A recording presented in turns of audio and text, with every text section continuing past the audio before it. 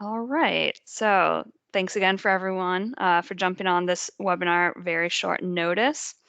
I do want to go ahead and welcome my colleague Cedric. Since you guys are on, you guys get the early message that he is basically the new Vita. He will be the analyst for CSBG, IDA, and NAP moving forward. This week is his first week with these programs. You might recognize him. He was an EAP analyst, and he will still be helping with that program. But you'll see him more and more in my programs on these webinars, and eventually you'll see him on emails and the like. Cedric, I'm going to rely on you. If I start sharing my screen and something goes weird, go ahead and let me know. All right, so I'll go ahead and share. I've just got a very short PowerPoint. I thought that might be a little bit easier for me to show you guys some of the things that I want you to see versus actually bringing up the forms. But mostly they're screenshots of the forms. So let me get sharing so we can get this rolling. All right, let me know if anyone cannot see the PowerPoint screen. So before we do a deep dive into the things that you should keep an eye out for to make sure that your smart forms are functioning correctly, I did want to go over really briefly some items on how to access the forms in our shared drive. This is one of the first times that we've been using this system, and the more we use it, the more I learn about it, and I want to share that knowledge with you all so that it's as easy as possible for you guys. And then, as I mentioned, we can take questions either related to the forms, or if you have content-related questions on the annual report, we can start getting to those at the end of this. Like I said, hopefully it will be only 20 to 30 minutes at most to cover the slides that I've done. So moving forward, so accessing the forms. Quick items, want to make sure everyone keeps this in mind as they are going back in and trying to make the edits based on the comments that I've given you all. If you need someone to have access to the file, to your shared file, and they are having issues with it, it could be that they do not have permission to have access to it. We at IHGDA need to grant that permission on an individual basis using their email address. So if you do run into any issues getting access to the form, go ahead and email the CSBG email, and we will make sure that person has access and most likely send a new link to make sure that they have the most up-to-date access information. And another thing that I wanted to bring to your attention, not completely related to access, but will come into play later on potentially when I'm uploading these into the federal report system. When you are accessing your documents and you are updating them, please keep the name that they were given originally. You have on the screen two examples. One on top shows Lincoln Hill's full name that they were given. That is the name that should stay on the report form.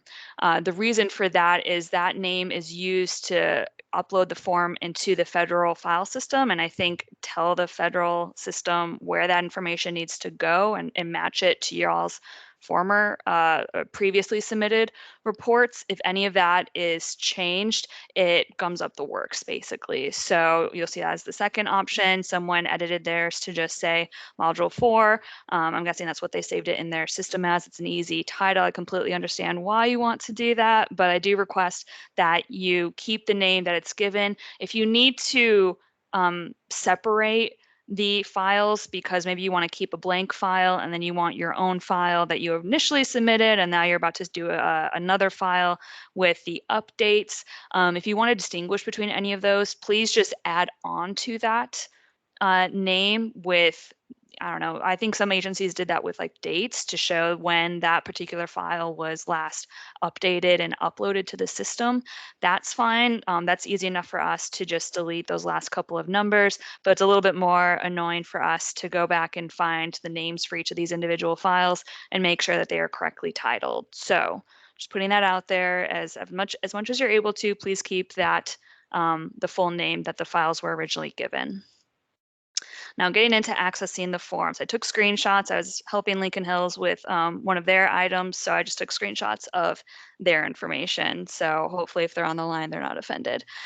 So this is what your file should look like for the most part. This is a screenshot of what I see. Yours might be a little bit different, but for the most part, I've seen screenshots of what people see when they're in the system, and it does look fairly similar. So when you land on your shared file, this is what you should see. Most of you, I believe actually every agency has currently at least 4 files, a couple of annual report files, a couple of community action plan files. Some agencies have started adding their own files. That's totally fine, but you should see something like this.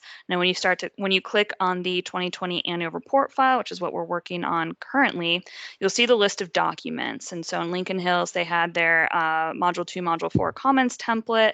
They had their Module 2 and their Module 4. They are not submitting a Module 3, so they don't have that in there.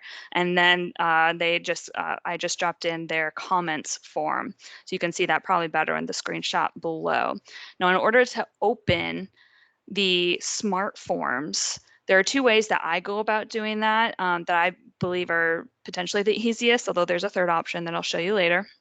Is you want to basically get to this drop down option that I have circled in both screenshots. So the way to do that is you can either right click, kind of put your mouse browser over the file that you want to open, right click on it, or you can look for the 3 dots that are a little bit to the right of that file. So on the screen below, you can see the 3 dots are included in the circle,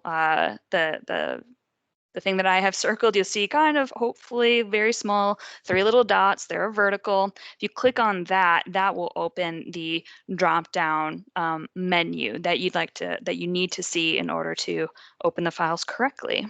When you get to that drop-down menu, you can either do open and then open in app. That will open it up so that it's opened up as an Excel file, and it is still connected to the shared file, so it's saving automatically. So you can do that, or you can download. If you download it, that will save a file to your local system, and then you can make edits. If you do that, you will need to resave that file into this shared file. The edits haven't been saved automatically like they were if you opened in app. So you're going to need to make sure that you upload that new version into this shared file. So that's 2 ways. There's a third way that you can do this and still not break the form.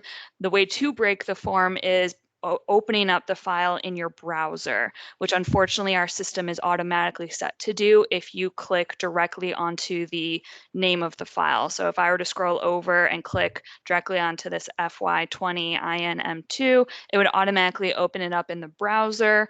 If I start to edit that in the browser version, or if I think when you do that, you get a pop-up question saying something like there are functions in this that we can't do in your browser, in your Internet Explorer or Chrome or Mozilla Firefox.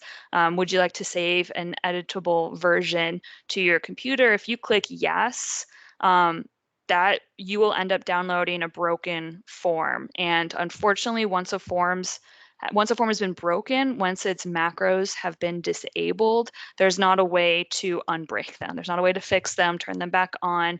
Once you start entering information into that form, that information is almost useless. You cannot turn in that, I can't turn in that form to HHS. And so I would need you to copy your information into an unbroken form. I totally recognize that's incredibly annoying. I wish intensely there's a way to unbreak these forms, but the way that they are set up, there isn't a way to do that. So we just need to make sure to be very careful that when we are opening these forms, we're doing so in a way that doesn't disable those macros. So those are the 2 ways that I most often open these forms, again, in a way that doesn't break them. I've recently learned there's another way that when you are looking at the forms, if you click on the checkbox to the left of the name of the document, there should be some buttons that appear at the top of the screen.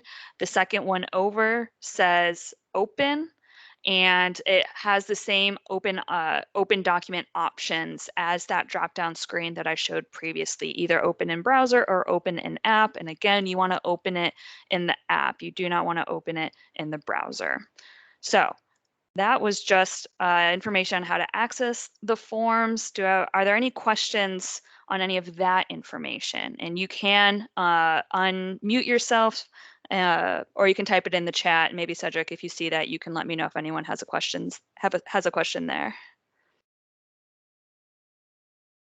So any questions so far? All right, hearing none, I'll just go ahead and keep going. You can ask anything at the end as well. Now, once you have opened up your forms, there are a couple of things with each form that you should keep an eye out for to make sure that your form has opened up correctly, that you're not going to have to go back and try and find a new form and copy information into that what you are entering your information into is a fully functioning form. With Module 2, the first and probably easiest thing to keep an eye out for is on your Outstanding Errors and Warnings tab. At the top, there should be a button that says XML Export. That is incredibly important for this entire issue, because that is what I use, or that's what Cedric might use when we upload these forms into the federal report system. If that button doesn't exist, we can't use that form, quite literally. So it's very important that you see that button. That is usually my first tip off when I'm reviewing a Module 2. If I don't see that, then I know that this form is most likely not going to be accepted by the federal report system. Another thing that usually tips me off that a form is not functioning the way that it should is that it's missing checkboxes. You should see on the Section A local CSBG expenditures tab, the tab where you put in what you spent CSBG funds on in the previous year.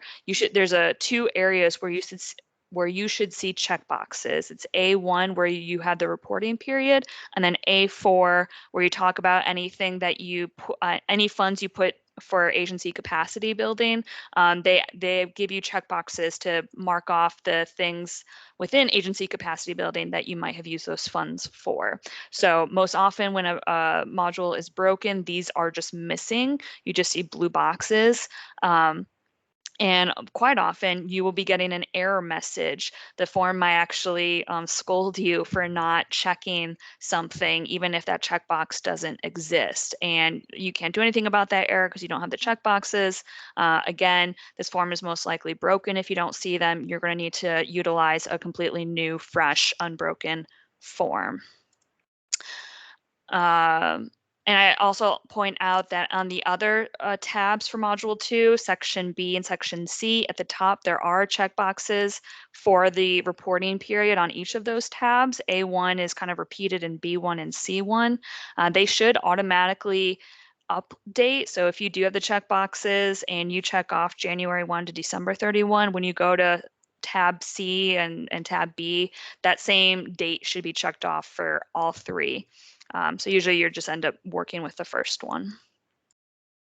All right, so that's Module 2. Module 3, when you open that up, there's a couple of things that you should keep an eye out for to make sure that your form is functioning correctly. Again, usually the first thing that I'll notice when I am reviewing these and I realize that there's something wrong is, again, the checkboxes. If your form, if you're looking at the number 5 issue, CSBG community domains, if this does not have the checkboxes that are currently circled, most likely your form is not functioning right, and you're going to need to utilize a new fresh, unbroken form. Now, the way that these checkboxes work, I think one of the macros that make these forms function is that if you were to uncheck one of these items, what should happen automatically is the tab at the bottom that goes with that should disappear. So right now, employment is unchecked and there is no employment tab at the bottom of that form. Now, if I were to uncheck housing, what should happen is that housing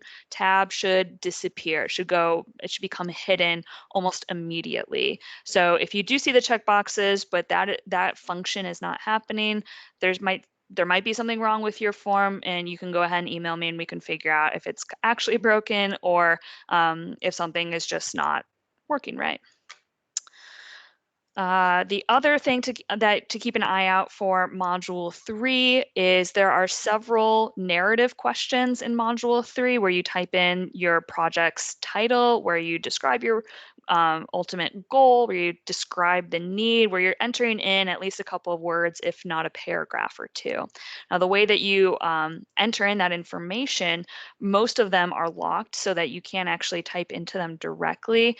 That you need to be able to hit an edit button that's in the kind of middle to top right corner of the form. And when you hit that, a pop-up screen should appear that says edit text. And that is actually where you enter in the information for those narrative questions. If you don't have an edit button or it's not working, so that pop-up box doesn't pop up, again, there's likely something wrong with your form. You can either email me to see if we can get it working. Module 3 is a little bit different from Module 2 and Module 4. It's I think, not as obvious, or there might be things wrong without the form being actually completely broken. So for this one, if it's kind of working, maybe not completely, you can go ahead and email me and I can see if I can figure it out before telling you to open up a whole new form. So that's another thing to keep an eye out for. And then the last one, and this is usually where people are very obviously have a broken form, is for questions 5 and 11. When you click onto the blue text that each of those have, a pop-up should appear where there are multiple choice kind of options available for you to check off. They should be organized in tabs that match the domains that you have checked. So again, it's very small. Maybe I should have tried to make this bigger. But if you look at the tabs of this pink pop-up, you'll notice employment is not included because it was unchecked in that domain. So usually when I know a form has been broken, macros have been turned off, and we can't turn them on when the checkboxes have disappeared and when this function isn't available for that module 3. So make sure when you're doing your module 3, those are the 3 big areas to keep an eye out for to make sure that your form is fully functioning. That's module 3. Last one is module 4. Similar to module 2, you'll notice some of the things to keep an eye out for are the same. First one is the XML export button, and also the return to previous tab and table of buttons that are on the outstanding errors and warnings tab. Again, like module 2, for module 4, we need that XML export button in order to upload this to the reporting system. If it is not there, which it usually is not if your form is broken, that means you're going to have to copy your information into a new form. The other thing to keep an eye out for that I notice is kind of a sign that something is wrong is when you are entering in your NPIs, once you have started entering in your NPI, you should get a warning message in that NPI entry status cell in that column. If you've started entering in NPI, there will be a warning. It's telling you that you should complete filling in that information. And then once you enter in all 3, number of individuals served, target, and actual results, that NPI entry status should say okay. And that should come up immediately once you've entered in the information. Now, if you're copying and pasting information, you might need to hit enter on one of those data points in order to get that message, but that message should appear. I've noticed when there's an issue with a module 4, usually one of the things that I can see is their NPI entry status is blank. It's not showing up with anything. Another thing I've noticed when there's something wrong is you'll see there's a blue this is also somewhat a warning, but not something that you guys would need to comment on anymore. A couple years ago you did, but I've noticed that when there's an issue with the module 4, this kind of colored cell message system isn't working. That cells don't get these colored yellow, red, or blue like the blue on the screen now. So more things to keep an eye out for. And that's it. So like I said, this hopefully very quick. Modules 2, 3, and 4 signs to keep an eye out to make sure that your form is working correctly. Let me get back to y'all.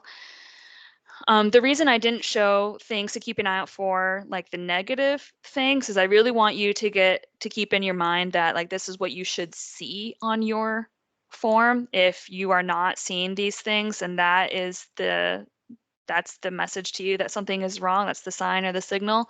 But I can always take you through and show you either individually or on here if you'd like the things that I see when a form is actually broken. I just want to make sure you saw what it looked like correctly. So are there any questions? Veronica, this is Jennifer.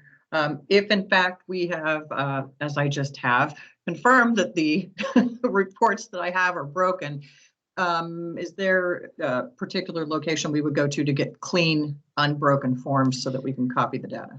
Good question. I made sure once I realized that this affected, I think, about at least a third of the network. So for those of you on the line who are like, oh, just gosh darn it, how'd this happen? You are not alone. Part of this is because we're using a new shared system. And as I said at the beginning, if you open it a certain way, you're kind of sunk with your form. So don't feel bad if you're one of the ones that this impacted. But once I realized it impacted everyone, I made sure everyone had blank forms in their files. Again, it should be in your 2020 annual report. It's either going to be in the annual report folder that I created, and for the most part, I did try to separate them. There should be a folder that says blank forms in your 2020 annual report folder. You might have been one of the ones that you had a separate folder created to house your uploaded forms. I might have saved it there. I would check both places if you have both places. Yep, we've got them. Thank you. Perfect. All right, any other questions, either form related or if someone wants to start asking about content, we can cover that as well.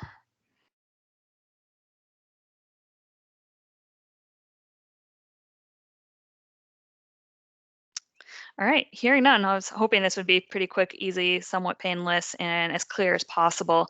I am recording this meeting. I will make the recording and the slides available on our website at least by the end of this week. There have been some delays in getting stuff on our website, so it should be up by the end of this week. If you would like copies of the slides, I tried to make the slides as easy to read as possible so that if someone doesn't want to watch the whole video, if they just want to go back and reference and kind of look for that one, maybe module 2 thing to keep an eye out for, I try to make those as usable as possible in that situation. So if you would like those like today, go ahead and email me and I can just send you a copy of that directly so that you have that on hand. If there are no other questions, I'll go ahead and let everyone go. All right, here now. Again, thank you guys for coming on. Let me know if you continue to have issues with your forms, if you start entering stuff in and you want me to check before you do the whole form, whether or not the form is actually correctly set up. I did that for a couple agencies and that's totally fine. I definitely don't want you guys to get through all 3, submit it, and then realize that all 3 are broken and you need to copy and paste into new forms. I don't want you to get that stressed or waste that much of your time. So if you want me to check earlier on the process, that's totally fine. I'm happy to do that.